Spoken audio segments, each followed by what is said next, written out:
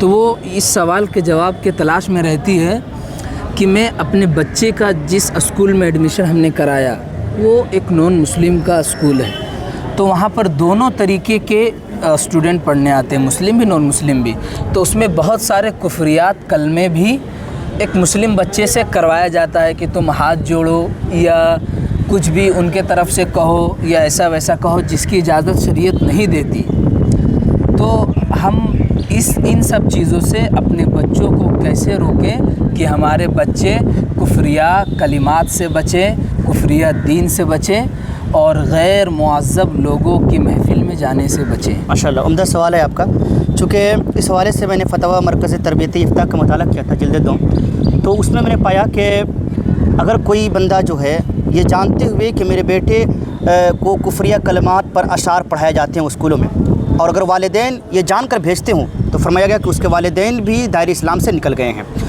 اسکولوں میں آج یہ دیکھا جاتا ہے، آپ نے بھی دیکھا ہوگا کہ آرتی اتارنے پر مجبور کیا جاتا ہے، ہون کرائے جاتے ہیں کلاس شروع ہونے سے پہلے۔ ابھی ہمارے پڑوس میں ایک اسکول ہے حضرت، وہاں پہ یہ پڑھایا جاتا ہے پراتھنا میں کہ تو رام ہے، تو رحیم ہے، تو کرشن ہے، تو بھگوان ہے، یہ پراتھنا میں پڑھایا جاتا ہے، ہاتھ بھی جوڑ کر۔ اب بتائیں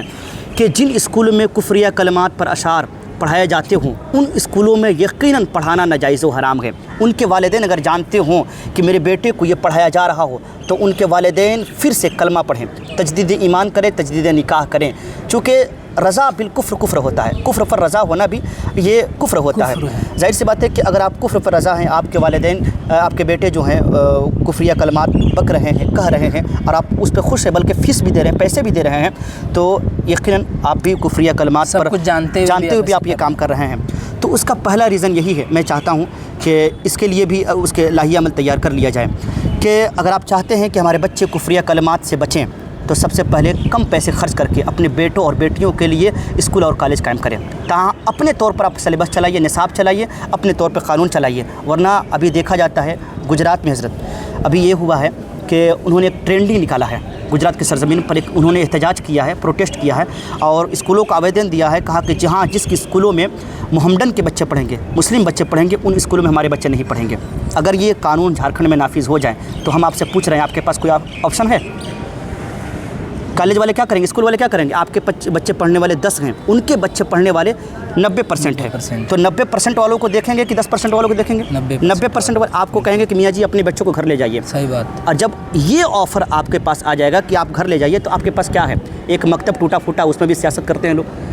ایک مسجد ہے اس میں بھی کئی طریقے کی باتیں ہوتے رہتی ہیں۔ تو میرا کہنے کا مطلب یہ ہے کہ آج اپنی آنکھوں کو کھولیے، کم پیسے خرچ کیجیے، شادیوں میں کم پیسے خرچ کیجیے، آراس پہ کم پیسے خرچ کیجیے، اور جو دیگر خرافات کرتے ہیں محرم میں کم پیسے خرچ کیجیے، اپنے بیٹوں اور بیٹیوں کے لیے اسکول اور کالج قائم کیجیے تاکہ آپ کے بیٹے اور بیٹیاں ایمان کے تحفظ کے ساتھ اپنے تعلیم کو مکمل کر سکیں۔